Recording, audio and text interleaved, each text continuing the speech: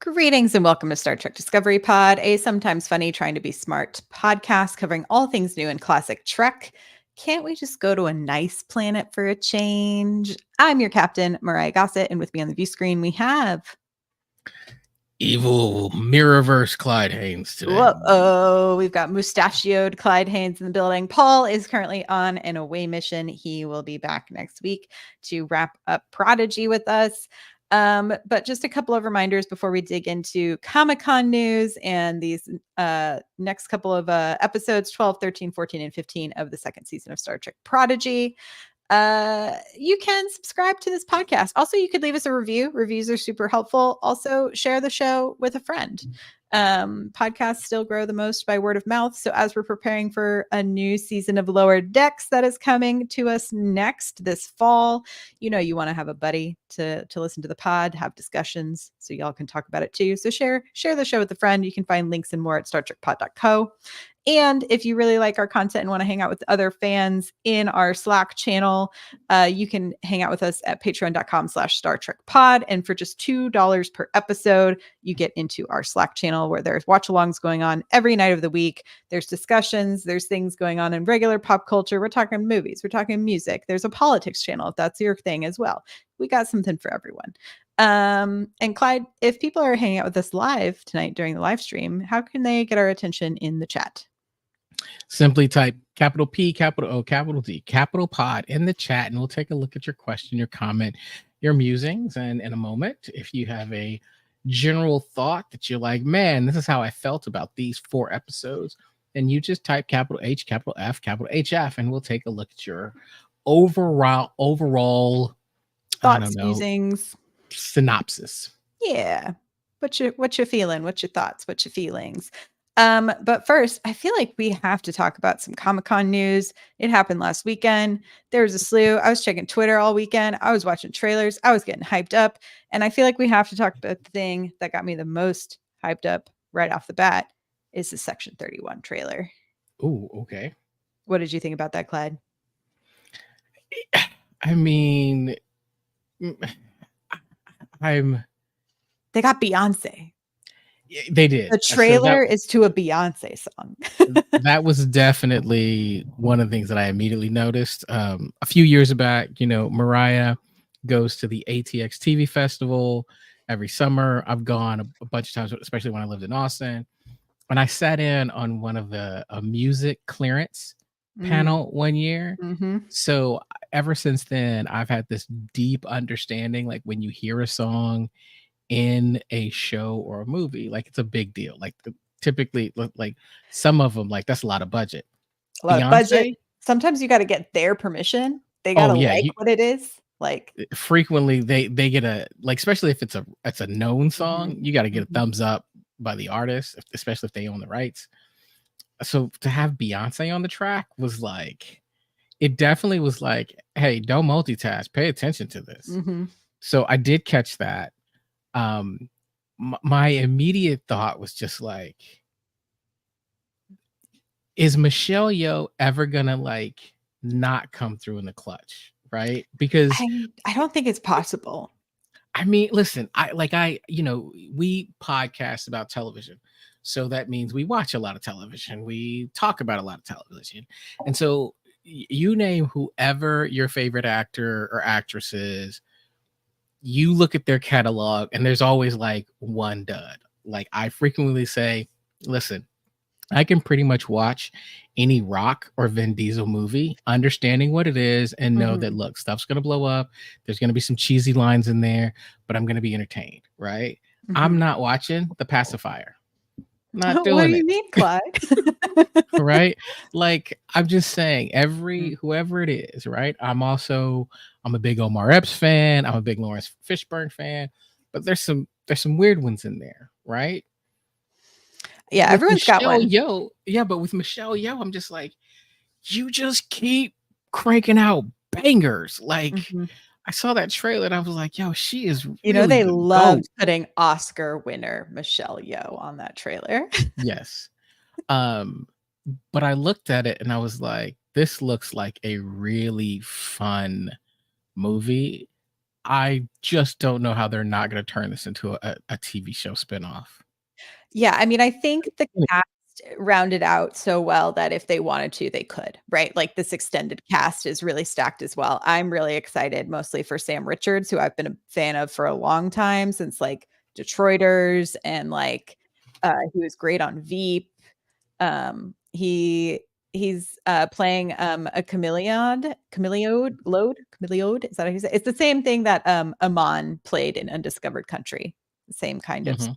So I'm really excited to see that play out and have some fun. He's a great comedic actor, and so I think to put him in such a very action-packed movie, to me, is giving a recipe I'm going to enjoy, where you have, Michelle Yeoh, who can give you drama, class, ass kicking, and then you're surrounding her with some genuinely funny people as well. Like, it's going to hit a lot of great points. It kind of in tone reminded me a lot of the very first Star Lord, like Hmm. Guardian of the Galaxy, like Interesting. movie.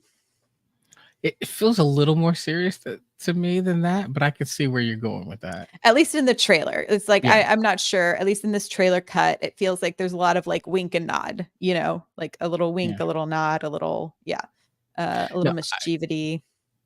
I agree with you. I like Sam Richardson. I haven't always known how to feel completely about some of his performances. Mm. Not him in particular. I always think he does a good job. But I remember him in Ted Lasso. And he Yeah. did such a phenomenal job to me in Ted Lasso. He won the Emmy. Yeah, like it was insane. And then seeing him in some other things really started to show me his range. So that's an exciting pick. I'm also a longtime fan of Amari Hardwick. Mm-hmm. And so kind of seeing him in this as this typical like badassery. This looks like here's what it is. This is the thought that I have, and I've been saving this. It feels a little like the Star Trek's version of the A-Team is what it feels like. Well, I could see that. Yeah. And I'm really for it, right? Like I'm really for it. Guardians is also another a good comp, but like Yeah. I love a team up. I'm a big fan Mhm. of a team up. So It's definitely a team up, and or it's seemingly we're going to get some origin story. I think we're going to get yes, the the Emperor Mirrorverse. George, yeah, the Mhm. Mirrorverse, Emperor Giorgio origin story. I'm hoping the accent gets a little better. That was a little jarring at the top, but Is that something you want, Myrriah? I don't know that I need that. the origin story, Yeah. I'm hoping it's brief. Yeah. Like it's I like don't. Yeah. I think it's a way to get people in who didn't watch Discovery. Is my theory, is so that this movie is like a wider audience appeal. So that's why I think there's an origin story. Because here's the thing. Or maybe it's just flashbacks. Maybe. But I look at it and go, look, here's what we know. She was really bad. She was the queen of bad. And then she became good-ish and joined our cast of heroes. Mm-hmm. I don't know that I need to see the background of her being bad, right? Because if you think about it, we don't really know how bad she was. We've heard some stories, but we haven't experienced it. So theoretically, we don't really have this emotional attachment to her as a big bad, right? Yeah, I guess. Like Yeah. she's never really been a true A true extended villain. villain, right? We're not talking about Osira, right? This isn't Section 31 with Osira, right? That's not what we're talking about. And so I'm like, great. So right now I know she's bad, but I don't really know she's bad. So I kind of want to leave it like that. Yeah, I could see that.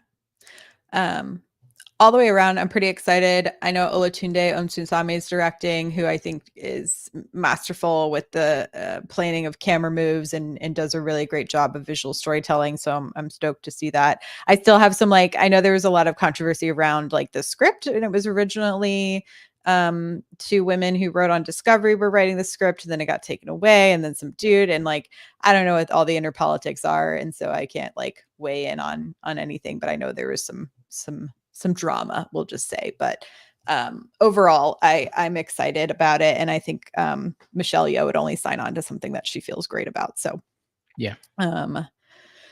Yeah.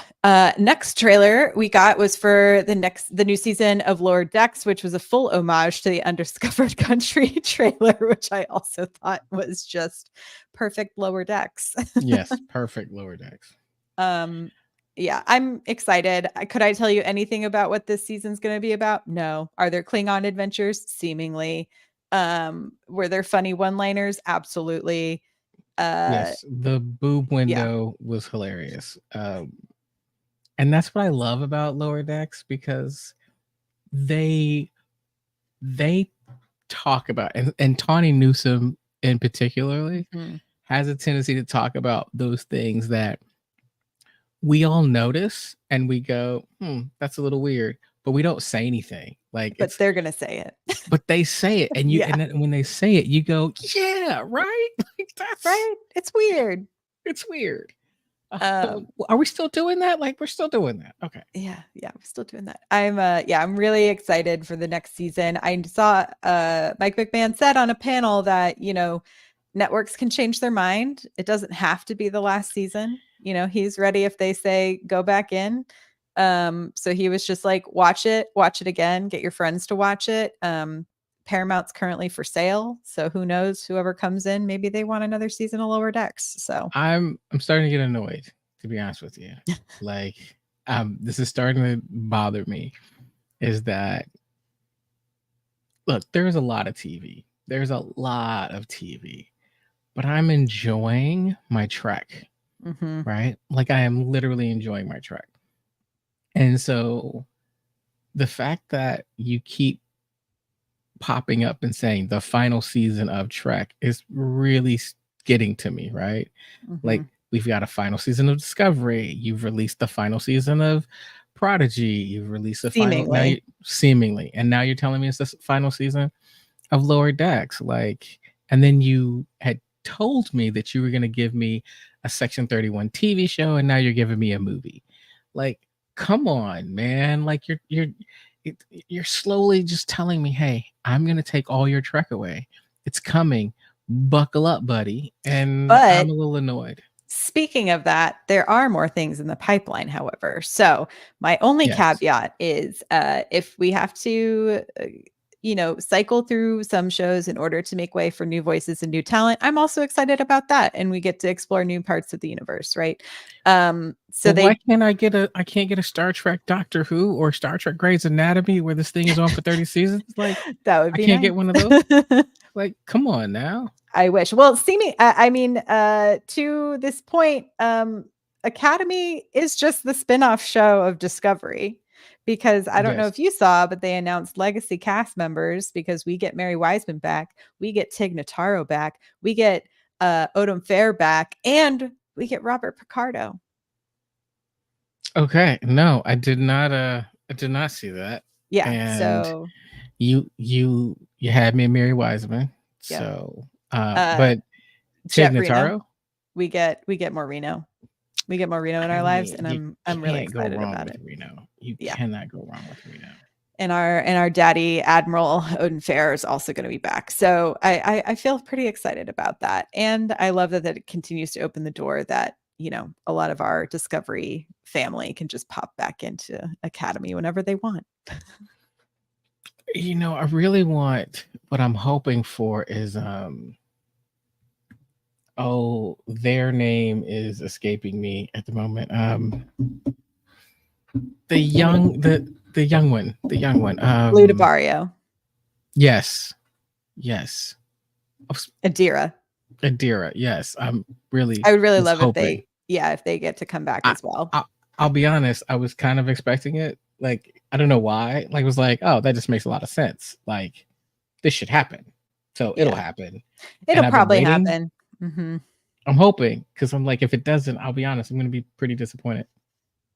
Yeah, I'd love to see Blue back on that. The other big announcement there was is that Tawny Newsome and Justin Simeon have announced that they're working on a live action comedy series in the Star Trek universe.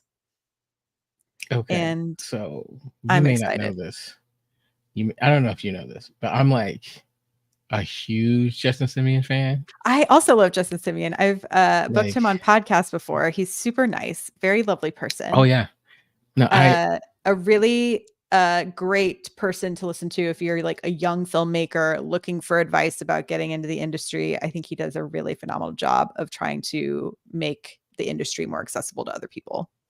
that panel that I was talking about before about Mhm. clearing music, he Mhm. actually was on it. Um, Interesting. and he was talking about how he had to clear music for Dear White People. Mhm. And so I saw him on another panel, and it was weird because it was a panel, and I think it had a bunch of people on there, and at the end of it, all these people were walking up to like Gloria Calderette, Mhm. and Mike Royce. And so nobody talked to him. So I got to sit over and talk to him for a few minutes, and we were just chopping it up. It was great. So I'm a big fan of Justin Simeon. Of course, I'm a fan of Tawny Newsome. This is where Myrriah talks about how she met her at that event I couldn't go to. But I've met Don Lewis now. So You know, the Freemans are covered on this podcast. so no, that sounds super exciting. Yeah. A live action comedy in the Star Trek universe. The only thing they said was really they just said a bunch of random words together because they're like, we can't tell you anything. The keyword that stuck out for me was shenanigans. I'm here for it. And yeah, because Justin Simeon said, I think you shenana once, shame on me. You shenan again, shame on you. It was, yeah, and it's in its early phases, but I'm very excited for whatever it is. And I know Tawny's also been writing on Academy, and really getting to learn the world. So in my eyes, this just means to me eventually Kurtzman's just going to hand over the keys to Tawny Newsome, right? Like that to me, I was like, oh, Tawny's in 3 projects. Like, is this eventually going to become the Star Trek extended universe of Tawny Newsome's brain? I'm here for it. Me too. Sign me up. Sign me up. I am ready. Yeah, the other clip that they played is like a sneak peek from an episode of Strange New Worlds, which had lots of elements of things that I loved: the outfits, the walk down the hall, the comedy bits. Once they got on the planet, Pelia is everything to me. But I would encourage people to go watch. A friend of the pod, Jesse Gender, did a really great breakdown of some of the problematic conversation and language in that clip, surrounding multiracial people and how they keep falling into this trope of being racist to Spock. So I highly recommend checking that out, getting some more information about it in the history and the context of media. And I hope that they are listening. And yeah, I mean, I'm ready to let the whole episode air and see what happens. Maybe they come around and talk about why it's problematic in the episode. It's hard to judge things off of a clip, but I was very like, oh no, we're doing it again. Oh no. I enjoyed the clip. I mean, I was like, my first thought was, you gave me 5 minutes of Strange New World, so thank you for that. Mhm. Um, I thought the costumes were great. I was like, wow, them as Vulcans, this is fascinating. Like, Right. okay. We've had episodes where people go in disguise as other species. That is nothing new, but it is very interesting when they decide that things that are culturally learned apparently are genetically coded? Question mark. Yeah. And so the other thing is, I mean, I like to think this is our pod so I can say what I want to say. Say what you want. Um, you know, in the Black community, this How does idea of Ahura go from one completely different style to another in not in like a I'm gonna have a wig change moment? it's not just that, but like, Like, especially in America in history, there was this thing like, if you're a drop, then you're just considered, right? And so in African American history, if you remotely look Black, you will get treated, and you deal with a lot of the bigotry, prejudicial issues, racism, oppression. And so there's a sense of like, at least in our and in the Black community, of not always having to hone in so heavily on this idea of, well, you're not fully, right? Mm-hmm. And so it was kind of sort of like, okay, I got it the first time when they said it, but they kept saying it and they kept saying it. And I was like, the joke isn't funny. Like, it was cool. Like the first time, like, okay, but now it's offensive. Like you're telling this person who's identified himself as Vulcan, right? He's lived his life kind of in Vulcan, having to understand his heritage, and you're honing in on the fact and kind of teasing him that he's not 100% Vulcan.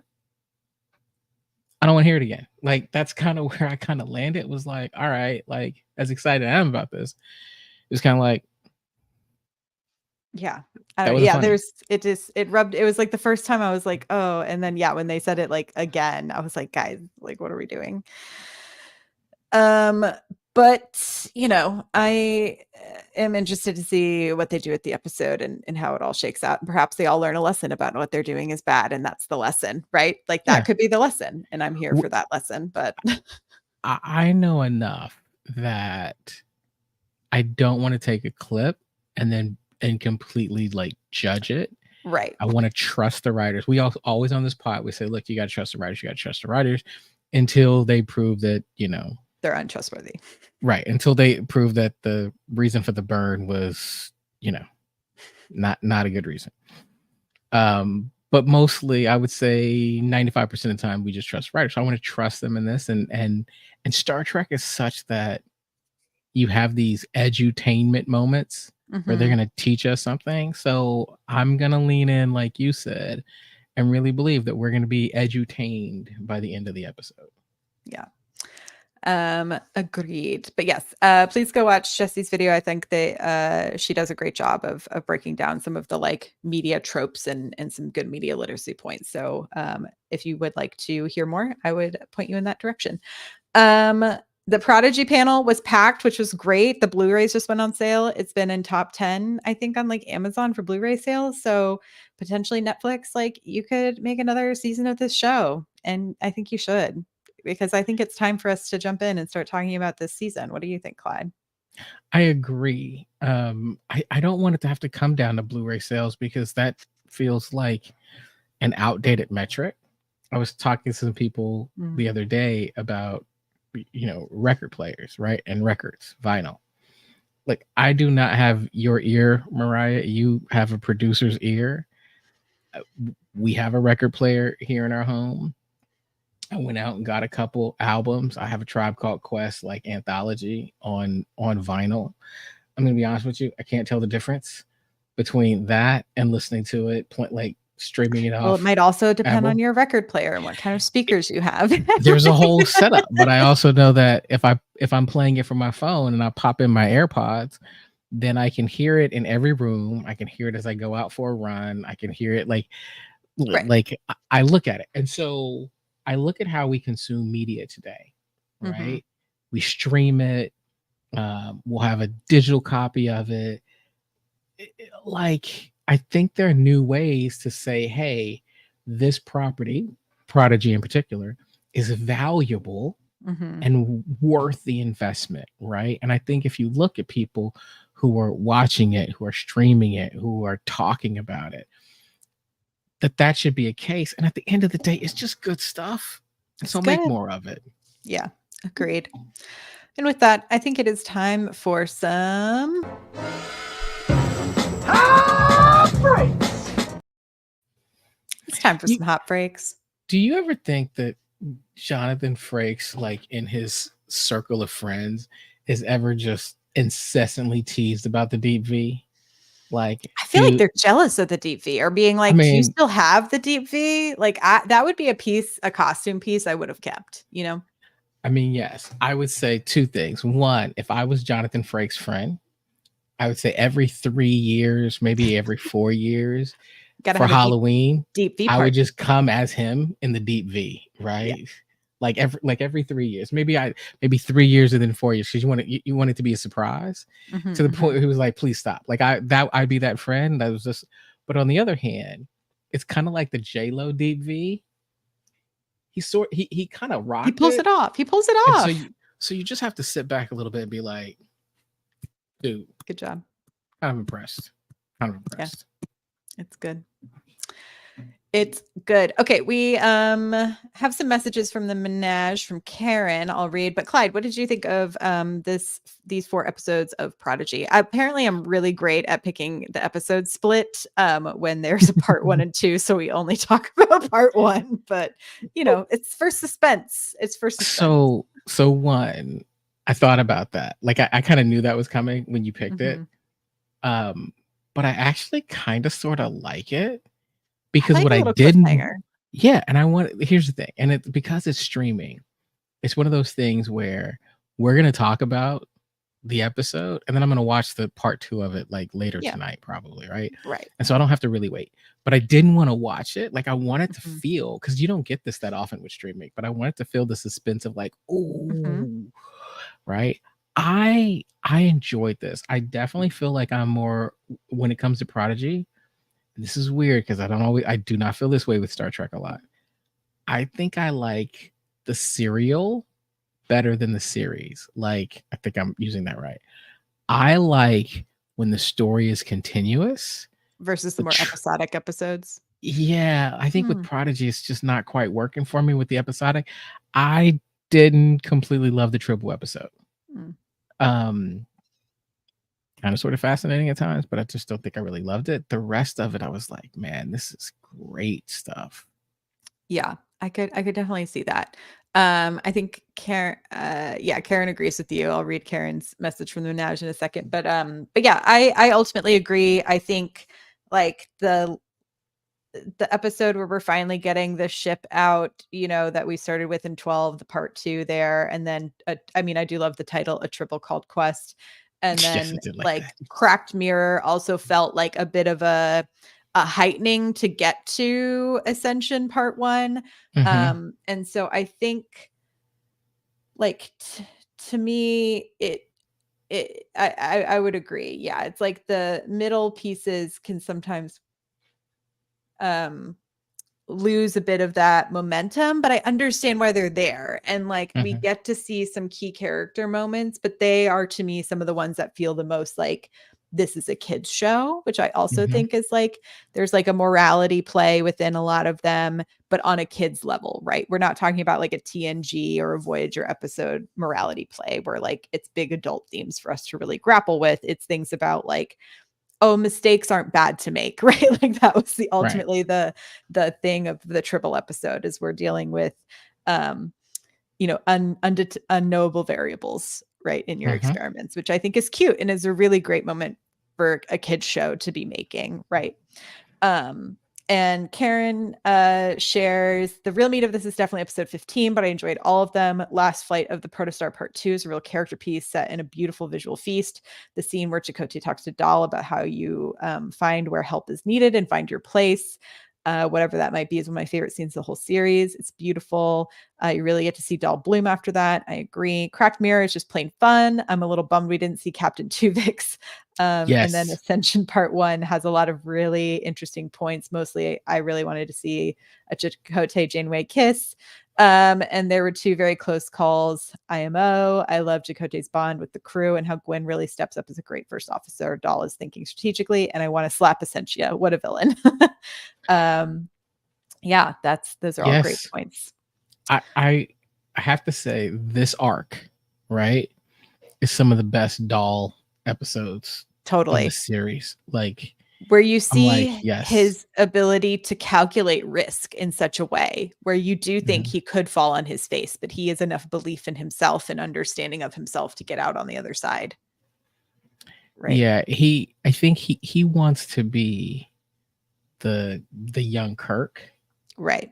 and he might be the Paris, right? He might be the Oh, Tom interesting. Paris, Yeah, he's got to fall right? a little bit before he can really get back Well, up. what I mean is, the thing about Tom Paris is he's incredibly talented, Mhm. right? And when you look at Paris, there's nobody better at what he does. But he's kind of a loose cannon and he's a little bit all over the place. And you go, man, as critical as you are to everything, the big chair might not be for you. Right. Like you might be the fly by the seat of your pants pilot, right? Hmm. They've definitely been a lot of Paris coding, I think, for Doll, especially with the like jumping into, whatever that the I wrote it down so I wouldn't forget. Anyway, but the ship that he jumps in, in part 1 of Ascension is like a ship designed by Tom Paris. So The Nova Flyers, yeah. the Nova Flyers, yes. I thought that was also really interesting. I enjoyed seeing like the teamwork makes the dream work in our part 2, and also like agreeing with Karen's point, it like really beautiful animation in so many of these episodes, but I thought that one in particular with like the weird gas sea and like it felt like a sea adventure, which was a fun place to be with this crew. And it felt different and yes, very Trekky. And like it was about trying to solve this puzzle together. And I thought you saw everyone grow in unique ways, especially like, yeah, everyone kind of gets their growth moment in these 4 episodes. Yeah, I'd agree. And in the kind of part 2, Doll jumping off of the ship to Mhm. save Chakotay, like, that was a wonderful moment, Mhm. right? And all the things in there, and I think we see the relationship, platonic or otherwise, between Dal and Gwen Mhm. grow Mhm. and really start to blossom. I think we have a couple Murph moments. We're Mhm. starting to see Rock mature a little bit more. Like it's great. And I think, and I don't want to jump too far ahead, but kind of in the final episode that we're going to cover today, the fact that they split up was Mhm. really interesting to me. Like you've got Zero in sick bay, Doll's going to go with the Nova Flyers, and the rest of the team is headed to the Protostar. Like Mhm. I thought, I don't know how to articulate it quite the way I want to, but that felt like a maturity moment, right? Is that we can do this together, but we don't have to be in the same place to do it. Yeah. Does that make sense? Yeah, it's not about proximity, it's about us all working Mhm. towards the same goal. Right. Yeah, I agree with you. Kind of jumping through these middle episodes, we have a triple called Quest where we have a Klingon who's accidentally created these like giant triples with teeth, and then Rock, and it really creates the cutest thing we've ever seen since Bribble. Murph season 1, a Bribble. Um, Bribble. it's so cute. I cannot stand it. I need it in a plushie, like I mean, immediately. so my first thought was, oh, that is cute.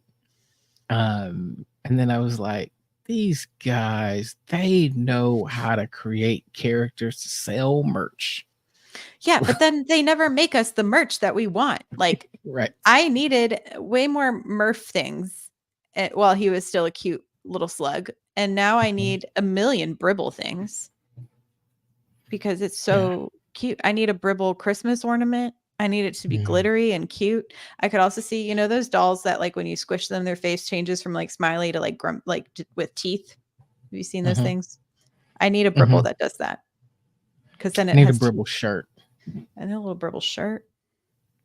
I need so many Bribble things. So if anything, I'm glad we had this episode just for a Bribble.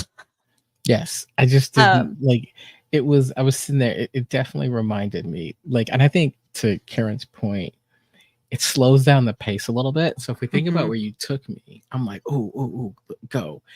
And then I get to this triple called Quest episode, and I'm like, and now I feel like I've got to get through it. Like, keep watching, just keep watching.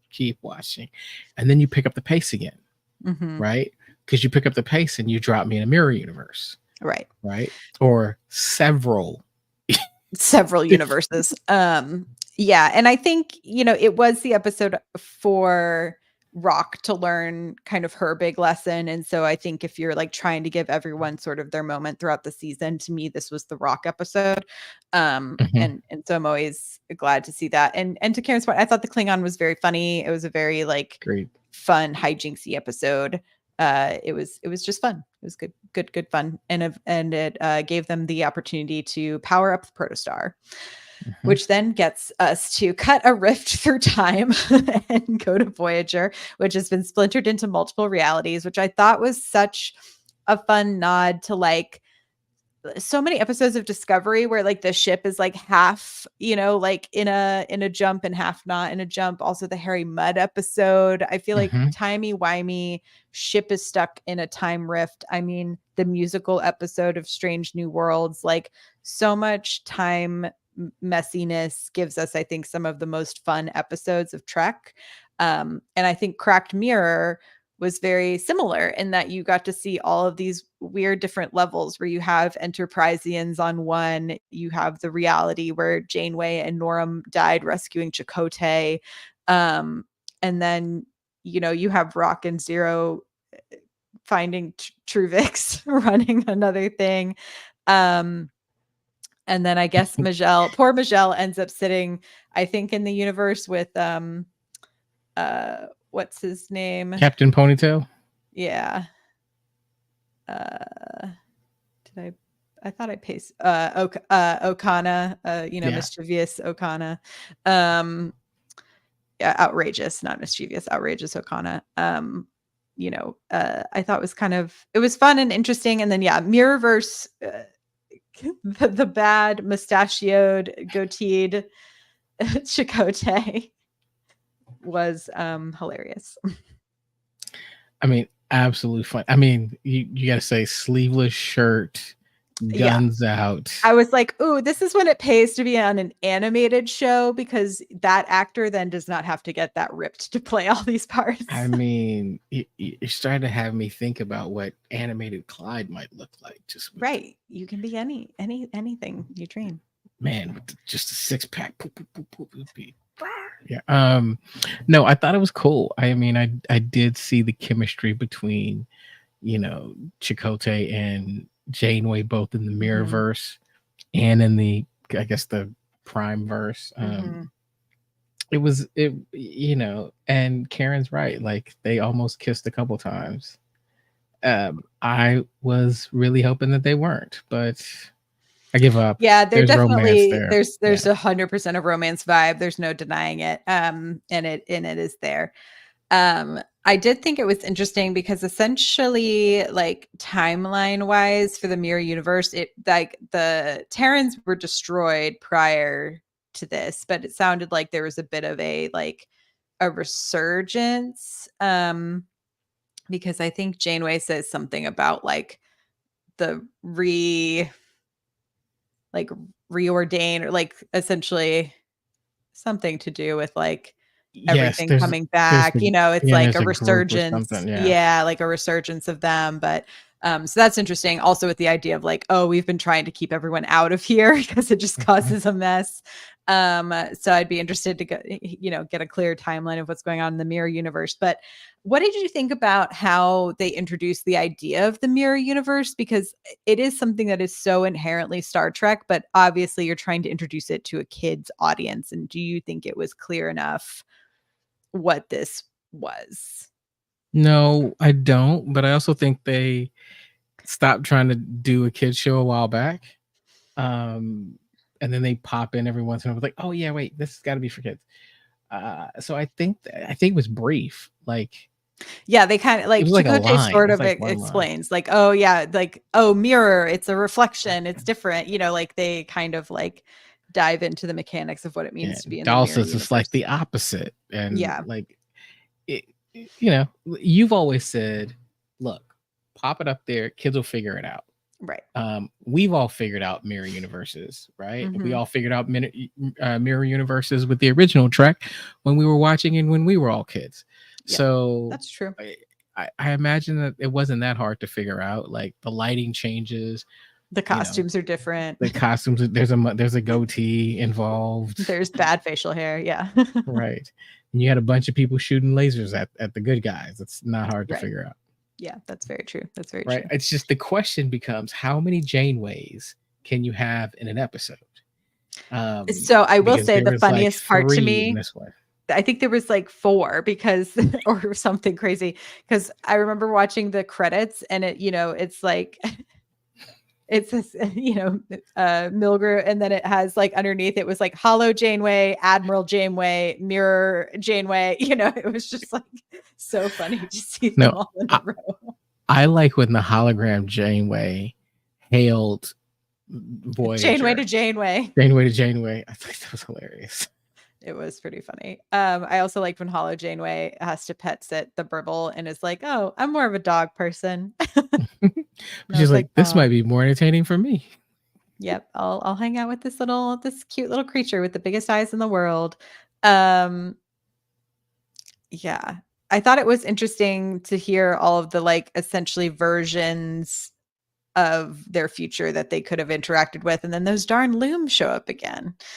Those scary, scary looms, and we get out just in time. It was super spooky, and I thought was such a clever hint to what we get to in the next episode, because they're like, I thought uh Will Wheaton was going to keep these things away from Yeah, us, like what? and Yeah, then they're what just like, happened? JK Wesley Crusher has been captured. That was a shock. I did not see that coming. Yeah, quite the reveal at the end of that ep. I did love, like, to your point, we talked a bit earlier about like the team up and them sort of figuring out their different places and splitting up, with Dahl with the Nova Squadron, which was like a nice callback to when he interrupts them in the training room. And um, I think uh, I think Majal and Dahl are really great counterparts to each other Mhm. in how they approach problem solving, but ultimately are going to, I think, provide openings to see the lessons from the other person's point of view. And I think it's really smart character pairing. I agree. And I love the fact that she gives us something a little bit different in the fact that she almost immediately sees the value in Doll, Mhm. right? Like very early on, she's just like, what's wrong with you? But she quickly starts to figure out like his strategy, the way he sees things is different. And so she invites him into the Squadron Mhm. training. And so I like that because as much as Doll has been this character that I've struggled with, over the last few episodes that he has had a redemption arc, and not only that, but they've helped us see it. So one of the things I Mhm. also liked is when he comes up with the idea to let the protostar send back the coordinates. Mhm. Janeway goes, that's a great idea. Like it was like, oh yeah, it's not, I thought it, but she highlighted the fact that he does have this tremendous value. Mhm. Just, and I think what we're seeing is just not in the chair, right? Right, like he has good strategy thoughts. I think he would ultimately be like a great bridge crew Hmm. member. I just, yeah, to your point, I don't know. And he is struggling since seeing that sort of vision in the portal, when Wesley connects them all to it, and he takes a glance at his future and he sees he's essentially telling Gwen to take the chair and that he's not ready for it. But I think there is, and we've talked a lot about that relationship between a captain and their number one a lot in like making those selections, through Discovery's multiple captain selections and having to pick their number ones. And then I think we've talked at length that the relationship between Picard and Riker and what their number one and captaincy together really looked like, and how that is such an important dynamic to set up. And I do think paired with the right person, Dahl is a good number one, because he is that little bit of chaos. He is that little bit of unnerving, unwielding uh, bravery and bravado that, when paired with like a much more grounded and thoughtful captain, I think could be a great pairing in the future. And obviously, they have to still make it through the academy. Which, wouldn't Right. that be fun if on Academy we got to see all the Prodigy people? At least like once, that'd be very cool. I know they're in totally different time Totally frames, different but time zones. I don't care. Or even a reference to them, right? Yeah, that Like would be it would fun. be cool. What I would like, what I would, Like, Dahl's the only one to ever solve the Kobayashi Maru or something. or something simple that would be super nerdy, but like they're looking at a list of past alums and we see their names on there. Yeah, exactly. right? Like stuff like that. But like I thought it was great. I think the one thing that they haven't done, and this is where it like dips into kid stuff, like I think for all of us, when we get into the timey-wimey stuff, what you've seen is one version, Hmm. right? Unless you're doing the whole like Klingon crystal thing. For the most part, what you've seen is one potential version Right. of what could happen. Hmm. And it's usually geared to like, hey, buckle up, get it together, or this is where you're going. So I know he's distraught about that, but I often think that doesn't have to be the way it ends up. True. True. True. True. Um, Essentia is back, being her big bad villainous self, causing a war, being classic big bad villain.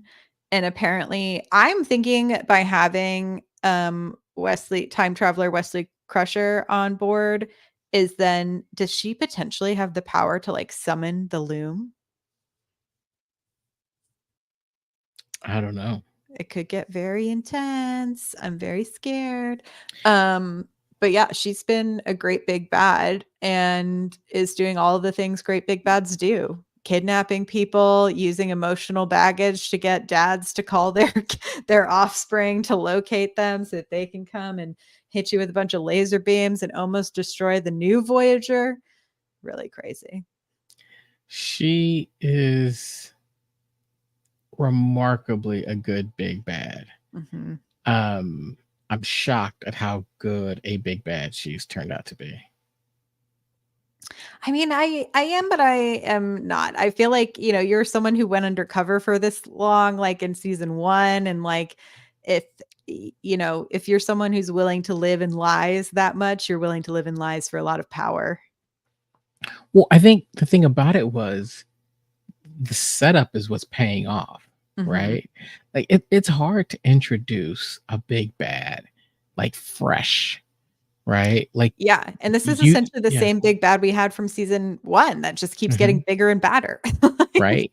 And I think the thing that's nice is that she's able to say, I'm not your ensign anymore, right? Mhm.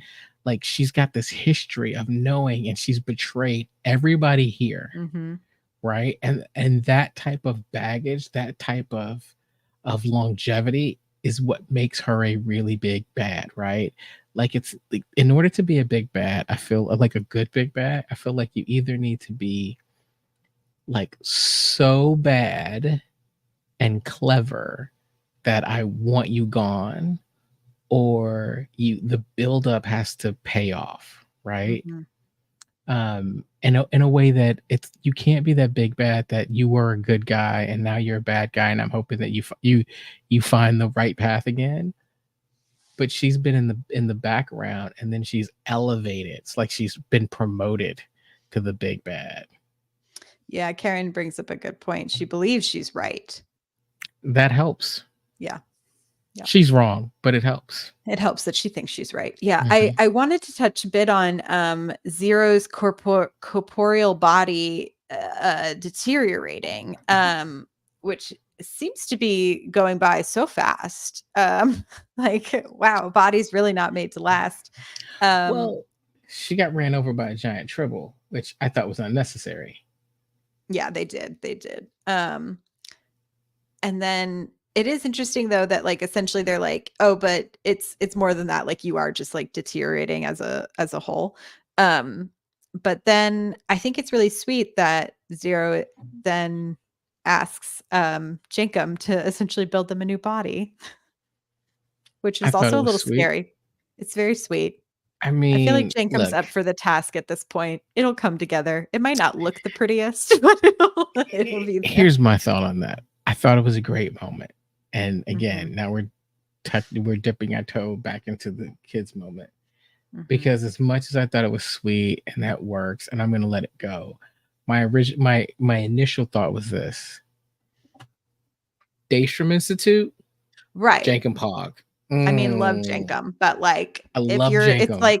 it's like if you were like, "Let's go to the Mayo Clinic," or your friend who just graduated from medical school. Hmm. Both have training, right? Sure. But one is the Mayo Clinic and one's your friend who just graduated from medical school. Like Like don't you want to go to the place where Data goes when he needs to be fixed? Like that's where I'm Right. going. Yeah. I'm like, maybe Like you might can be get a a good positronic idea. body. Like you can, right? Like Mm-hmm. they've done this a bunch of times. Done it quite a few Like times. the last thing you need if you're Zero is when your knee starts hurting, Jacob goes percussive maintenance and hits you with the hammer. Like you don't need that. Yeah. It's probably not going to work That's out in not the gonna. end. No, Um, no. yeah, they do a good job of also, I think, nodding to things that like Trekkies would uh, scowl about. So, they do a good job of setting up that like, oh, the ship should go to the Department of Temporal Investigations, which was something that was introduced in Deep Space Nine. And Mhm. then Jellicoe mentions that the Federation has become dependent on A500 androids, which is setting up the whole thing with Picard and the Romulans. So they're like, we know a lot of you are listening and paying attention to these timelines and the things that are happening. And so we're going to drop all these pieces of information so that you two know that we are paying attention and listening.